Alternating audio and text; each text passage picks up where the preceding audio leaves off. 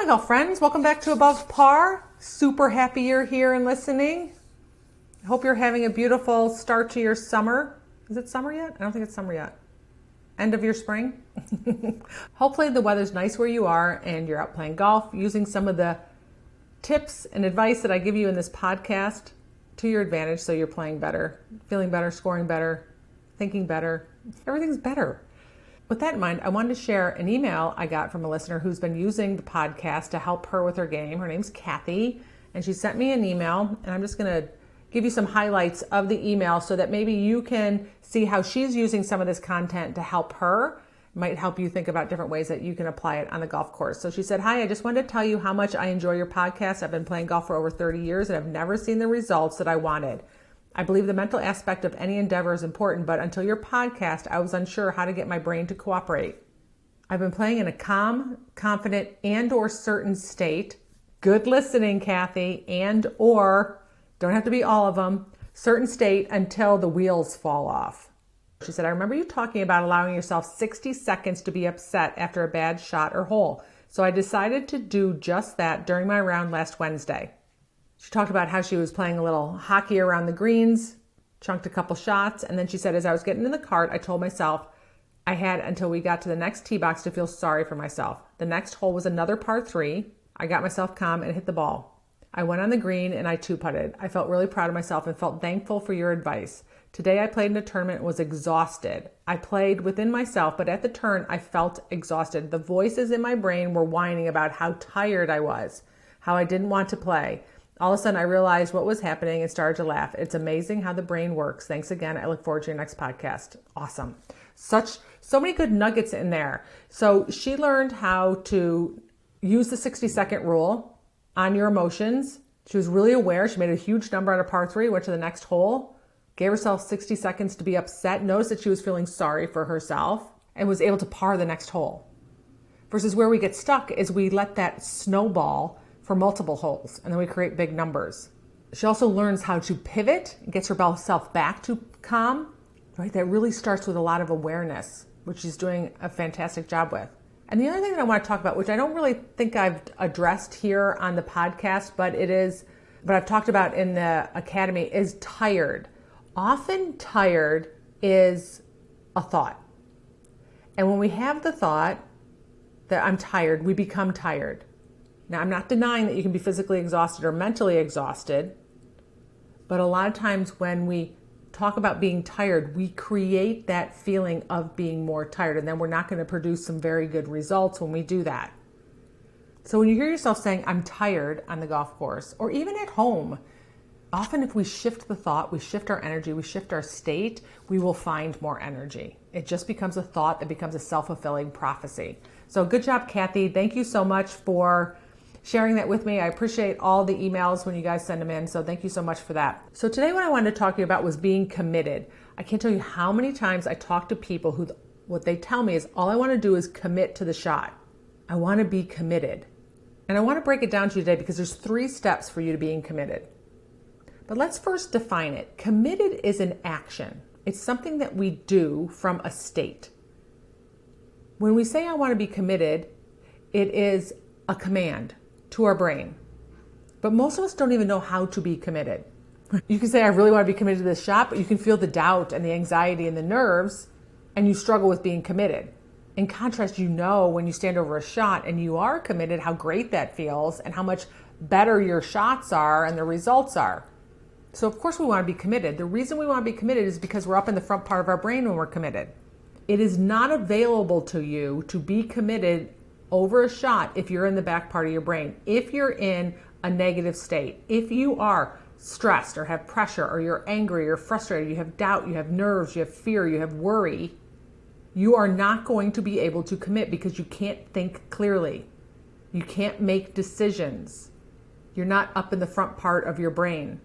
That's why I always say that awareness is your first step. You want to be aware of where you are mentally. What are you thinking? What are you feeling?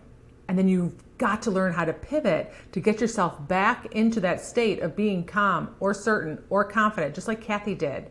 Because from there, I have access to the part of my brain where I make decisions, where I think clearly, where I can be committed. Committed is a level of certainty in your brain, level of safety. Right? The opposite of committed is uncertain or doubt. So if uncertainty or doubt are present, you cannot be committed. You can't have both at the same time.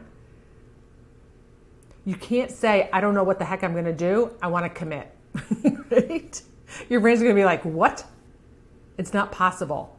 So if you want to be committed, you want to be committed to a shot, you want to be committed to a break on a putt, you want to be committed to your club selection, you've got to be self-aware of the thoughts and emotions that are going on, and you've got to pivot back to being calm, certain, or confident, or any other state that allows you to think from the front part of your brain, from your prefrontal cortex.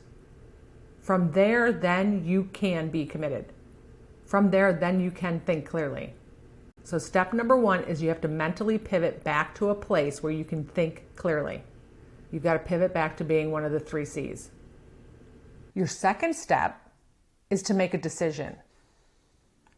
So many people want to be committed, but they haven't made a decision. That decision comes in your pre-shot routine. That decision comes from you playing the role of a caddy.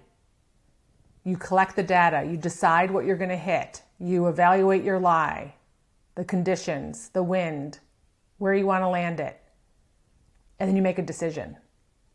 Those are the caddy steps before you hit a shot. So be a scientist about that.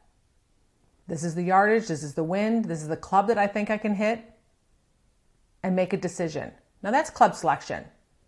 When it comes to hitting shots, let's say you're closer to the green and you're trying to decide between hitting a sand wedge and bumping in a pitching wedge up there or putting it. You want to make that decision and be really firm about your decision based on what you think you can do at that given moment in time. What feels the best? What creates the most certainty for you? There are going to be times when I go out and play golf and I'm like, I'm going to putt from off the green today. I'm feeling like I got a little chili dip going on. I don't want to put a sandwich in my hand and chili dip, because if that's even a feeling or a thought that I have, the chances of me chili dipping are pretty good. I'll create much better results if I putt it or bump and run it or chip with a hybrid or one of the multitude of different options you have around the green to get the ball onto the green and close to the pin. So if you have multiple options, like a place around the green, base it on what feels the best, that you own that day. Doesn't mean it's forever. It just means that day. So make a decision. Step 2. Step 3 is to keep your word to yourself.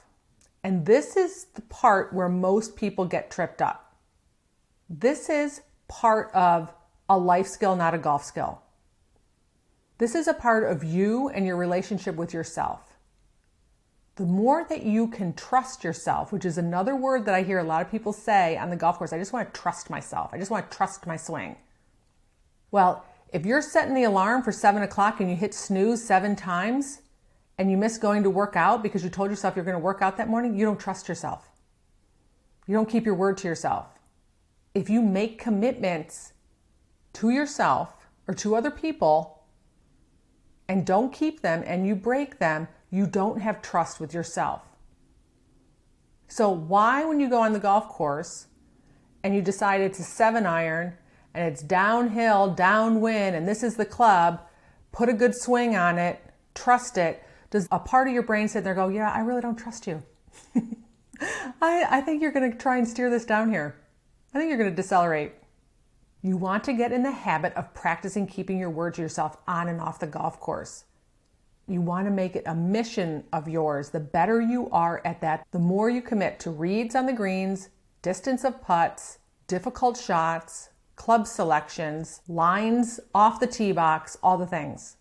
But whether you're in college and you say, I'm going to start my paper and work on my homework at 6 o'clock, but you decide to get on social media for an hour before you do it, you've just lost trust with yourself.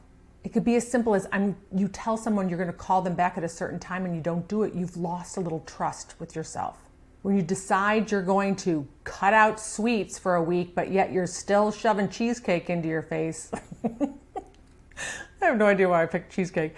You've lost trust with yourself. Your relationship with yourself is going to build your confidence and your commitment and your trust on the golf course. So if you want to be more committed, it's 3 steps. Your first step is you got to get in the right state of mind. You've got to know how to pivot back to a place where you can use the front part of your brain, which is where we make decisions, where we think clearly. We do not make good decisions from the back part of our brain when we're in a fight or flight mode or we're in a negative emotion. So step 1, get back to calm, certain, and confident. Step 2, make a decision. Pick your clubs like a caddy, like a scientist. And then number 3 is keep your word to yourself. Practice that on and off the golf course. It's going to get so much easier for you when you're in those moments in tournaments when you hear yourself second guessing your decisions. You know, the minute you start hearing, I don't know, I'm not sure, you are going to steer that ball, decelerate, guide it. That's not committed. This is a process. It's not a command. Well, I think it's beautiful for you to tell yourself, I want to be committed. That's a goal. This is the work. These are the steps you need to take. Start them today, start them off the golf course, take them onto the golf course. And the more committed you stand over the ball, the more certain you are. The more certain you are, the more you're going to be able to swing freely. The more you swing freely, the more your talent you're going to take onto the golf course, and you're going to play better, and you're going to feel better. Everybody's going to be happier. And then you're going to send me an email and tell me about your success. All right, my friends, if I can help you in any way, make sure you go to kathyhartwood.com, join Unleash Your Game, join one of the group calls. I'd love to see you there. I'd love to help you with all of this. All right, have a beautiful week, and I'll talk to you next Wednesday. Bye.